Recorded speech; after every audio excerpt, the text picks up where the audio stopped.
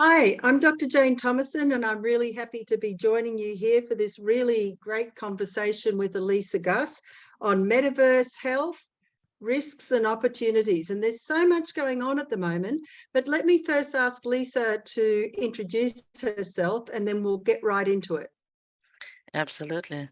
Thanks, Jane. Jen, it's really great to be talking to you. And my name is Lisa Gus. I'm the CEO and co-founder of Vishkish.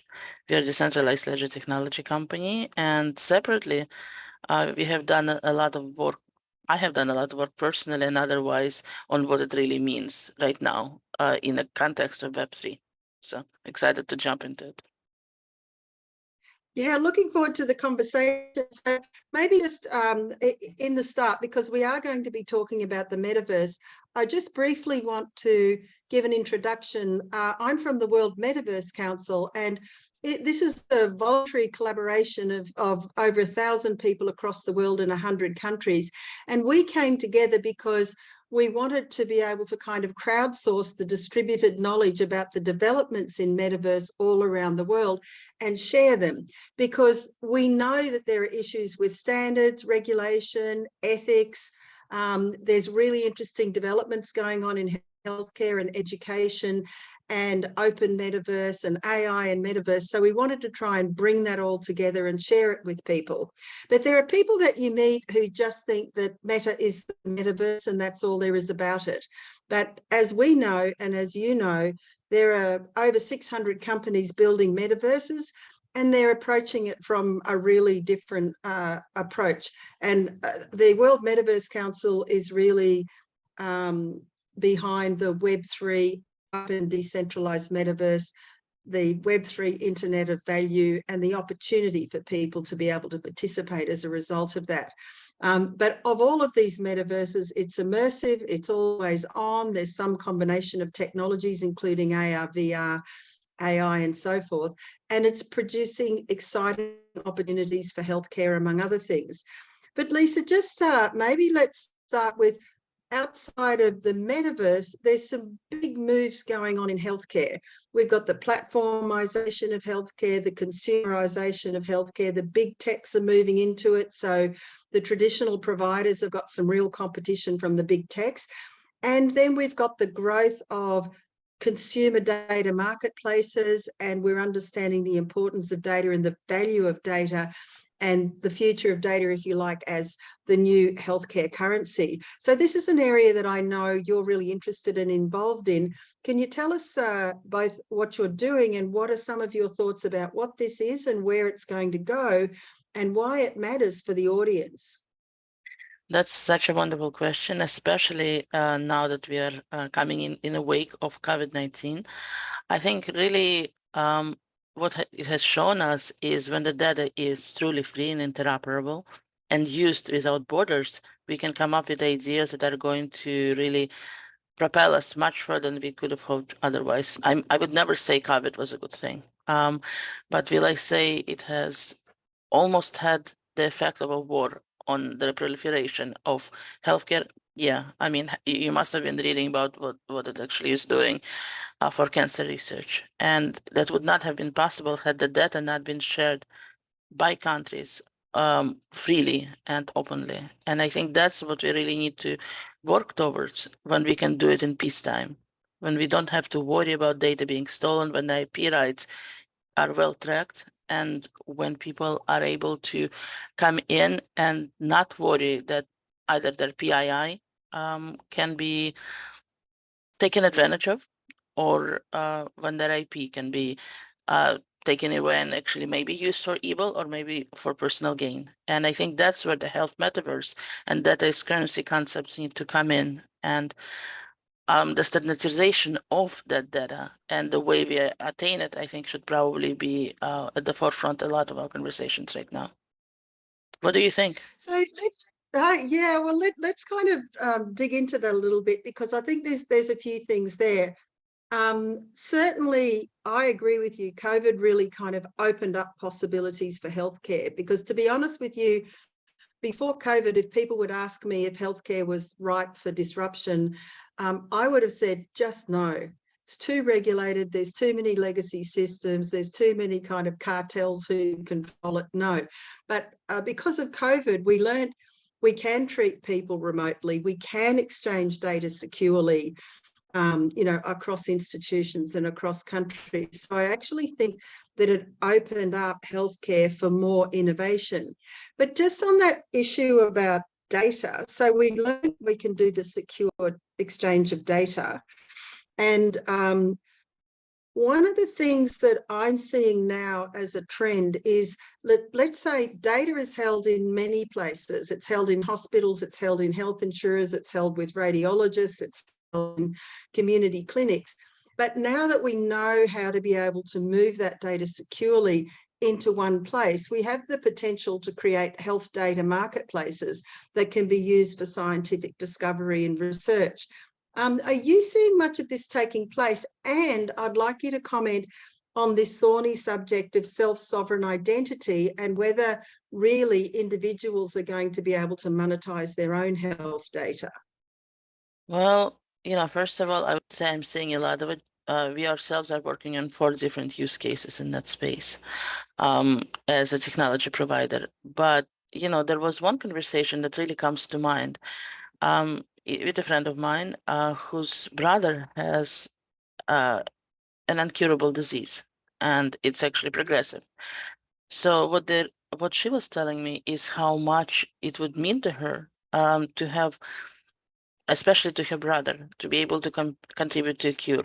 And when he's actually had come to physicians and potential research clinics, they would tell him that there is so few of the people around with his condition that it's hard to collect data, and how much he would be happy to just offer it freely, so long as there may be an attribution to him, and so long that any gains could be done in a way, well, both health gains and monetary gains could be then used for future treatments. And so I told them, well, how about the data marketplace? And she was telling me, yes, he would go for it. He doesn't need anything other than the fact that he's participating. So I think that's really coming from both patients and practitioners as well.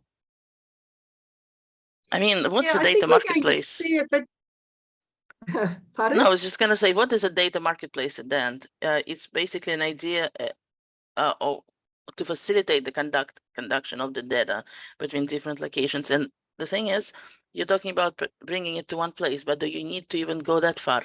Can't you actually create distributed AI that's going to crunch the data exactly where it already is? To me, that's the real metaverse.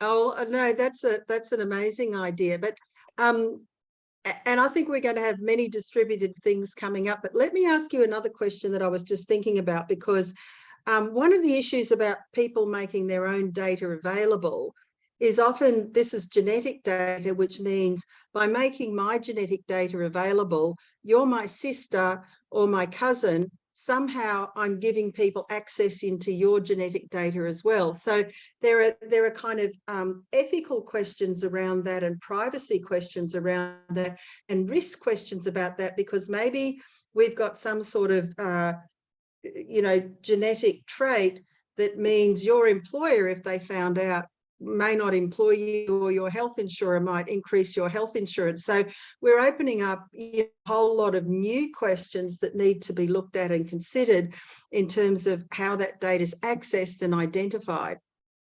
See, I think that's the perfect segue into de-identification and the need to provide the data that's completely abstracted from a person who is giving it.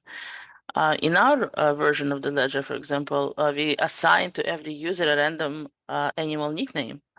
And in that sense, create a boundary that is fully double-blind studies that are de-identifying participants from anyone who has access to the data. But I think we are only a single ledger, which is why, to me, the standardization of this kind of practice is important. And that's why I'm also participating in the Metaverse Standards Forum and in a few several organizations to really speak about the research and policy that is needed to create the identification for medical data.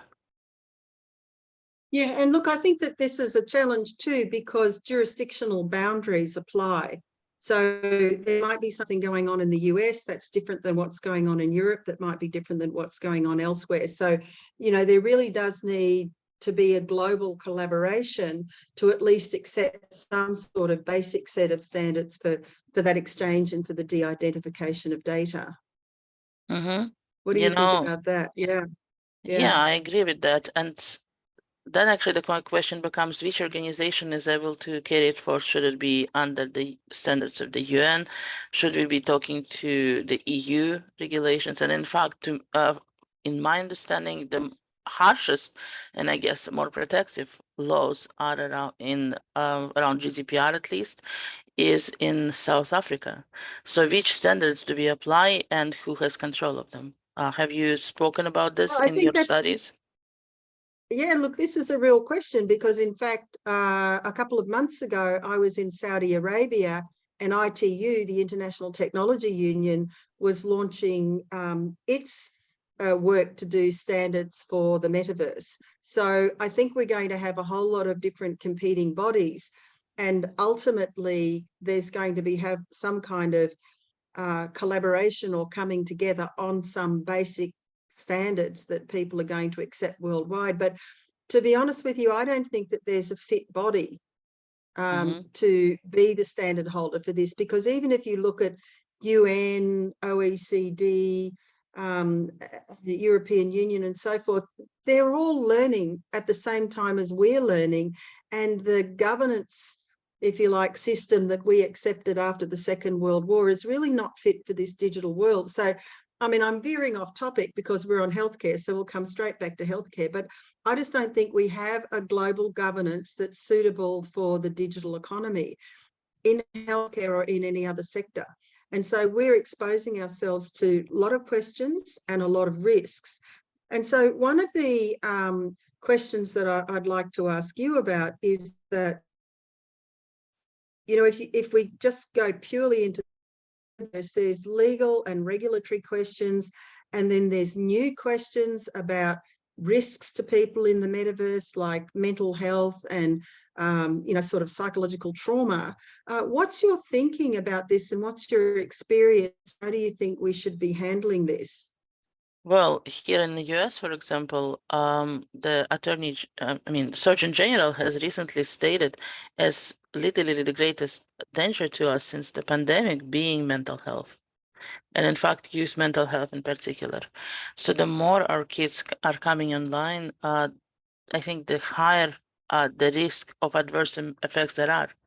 I actually recently had a conversation with a highly placed exec in the gaming world, and she mentioned that she was convening a forum of independent regulators as well, from multiple countries actually, as well as academics and industry people. And what they're seeing is what we are experiencing now with the growth in depression and youth suicide, etc., will be as nothing that we have seen yet. The more people are moving online, and the more kids who have actually are called children of the pandemic are shown not to have lost the vital time to grow, the kind of physiological conditioning that's needed to handle stress. And I think the stress that's coming in from all the directions that come to you at us, when it comes to your attention, it comes to advertising, it comes to social media. It's not something that we can even qualify yet. And yet now we're having to mitigate it on the fly. And so I think what this Congress of ours is doing, and what groups such as ours are talking about, we are really just beginning to figure out what it is we need to do, much less the risk they're fighting against. I mean, it's a pandemic, not unlike COVID, to come back to it. So to me, it's like So we need to do it. we really need the research.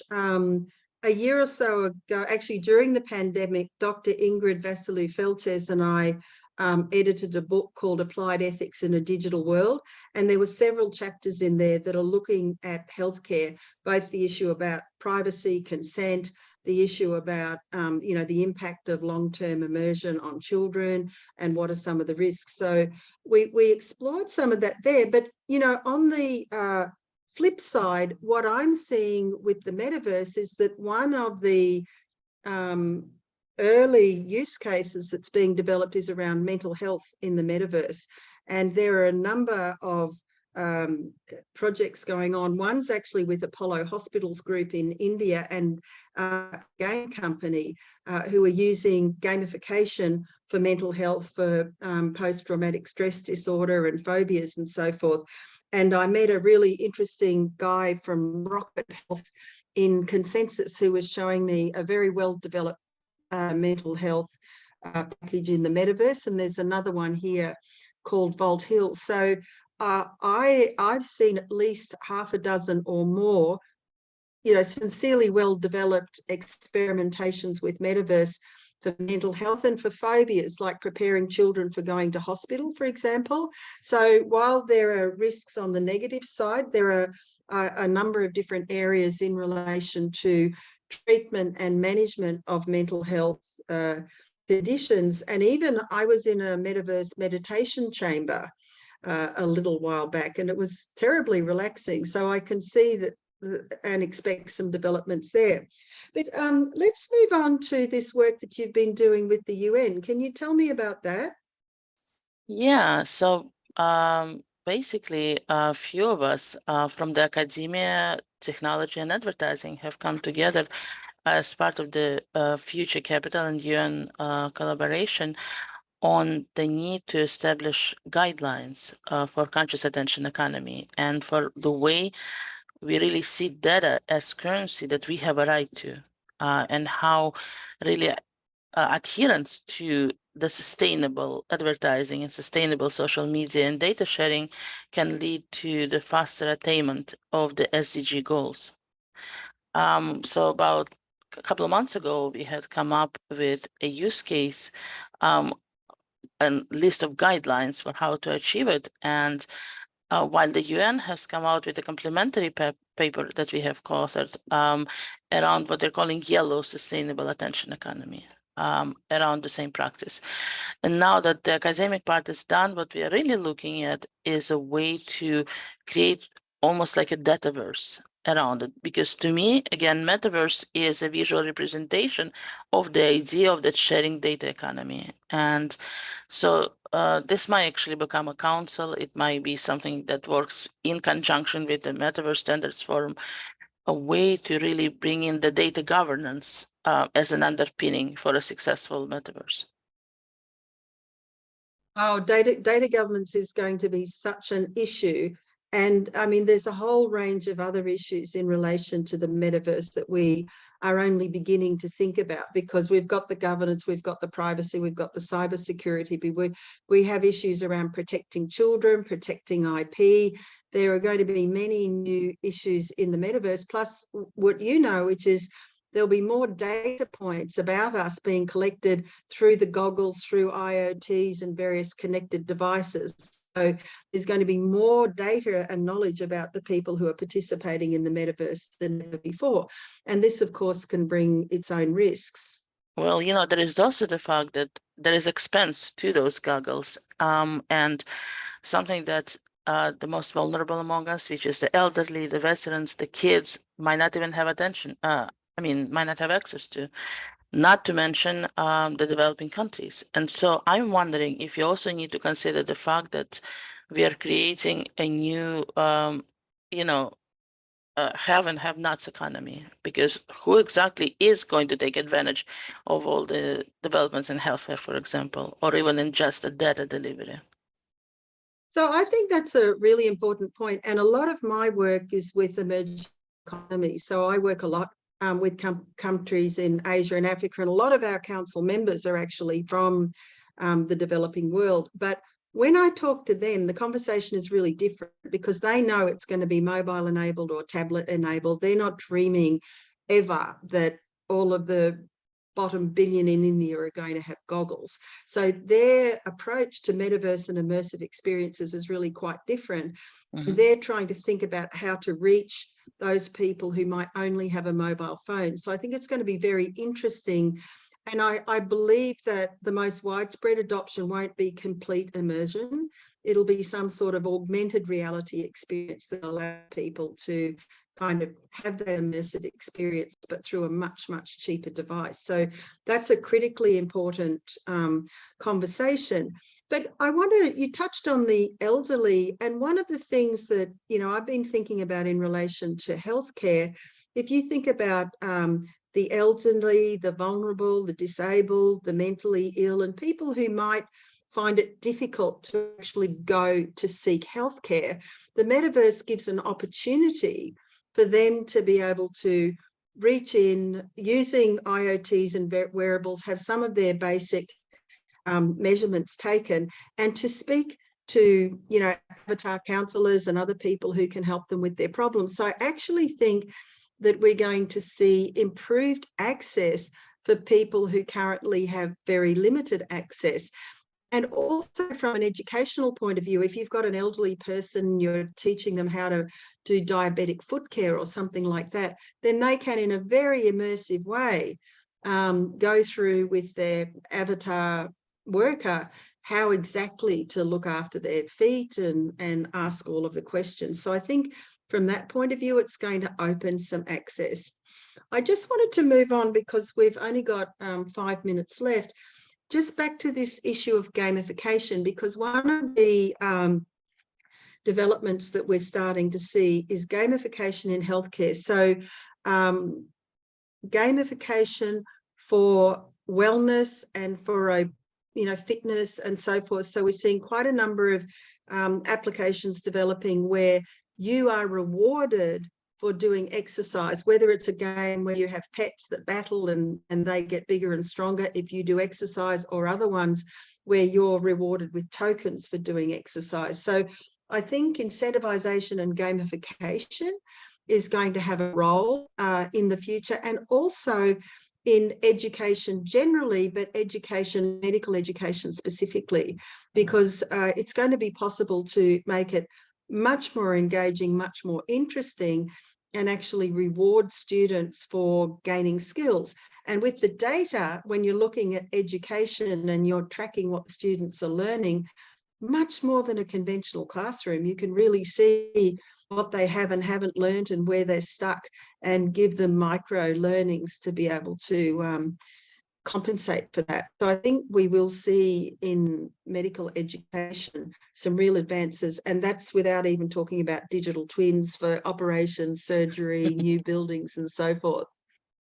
I think you're right, but I actually do need to kind of bring up a topic that, according to the international guidelines, you need to be very careful about any gamification or any data handling you do with the kids under the age of 13.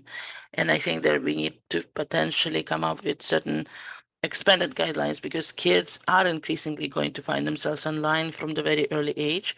And so if you're wanting to instill the good skills in them, the same, especially around healthcare and exercise, that they would experience in classrooms, then those standards need to either be relaxed or adjusted to allow for this interaction. That's an interesting point, because one of the things that I've been thinking, because, I often talk about how we protect children in the metaverse. I think, and someone was just asking me today about, the dark web and so forth. I feel like we're going to have some sort of metaverse organization that's going to say, this has got the green tick of confidence.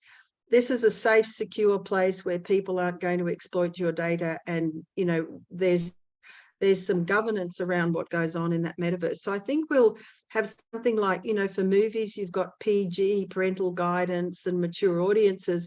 I think we'll have some metaverses which society is generally guided to go to for particular services or experiences, and then probably a whole lot of rogue metaverses that aren't accredited by anyone and people will use, but at least we can direct our children or guide our children to be going to the ones that are rendered somewhat safe. And similarly with governments, they're not going to randomly allow people to receive services in unsafe metaverses.